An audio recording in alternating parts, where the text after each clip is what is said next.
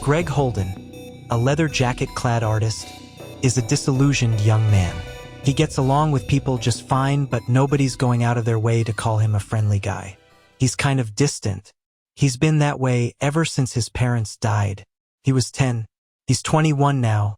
More and more his parents seem like a distant memory. Even his faith is in flux. Not that he doesn't believe. His sin's apathy. Funny word, apathy. He used to think the connection to being pathetic was a little clear. Like how he felt about being on fire for Jesus. Kind of hard without an experience. And there really isn't a day that goes by where pretty much everyone he knows feels like phonies. He was walking home from the art store. Watercolors. But he is an artist. Maybe he can sell some work this time. But his Uncle Joe thinks that he better have a backup plan. Plans? A soft rain falls.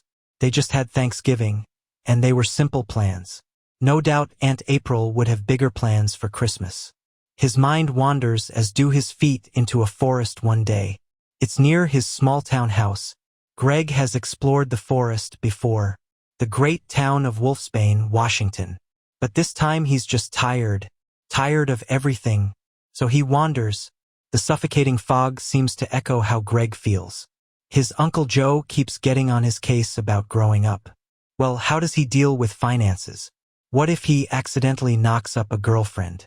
How does he raise that bun in the oven? Buns with melted butter and honey. His mouth watered for a moment. Gotta work on groceries. Groceries mean finances. Damn. Back at that again. The part that pisses off Greg the most is that he knows Joe's right. As he's wandering off in his jaded state, Greg finds an abandoned lab. The Murnau Institute of Venomology. It's not very well protected. The doors are unlocked. It reminded him of a haunted house. Or at least something he'd see in an episode of The X-Files. Named Murnau no less. What's this place supposed to be? A study in expressionism? Sure feels like it. Cobwebs are all over the place. Partially because the place seems to have been doing research on spiders.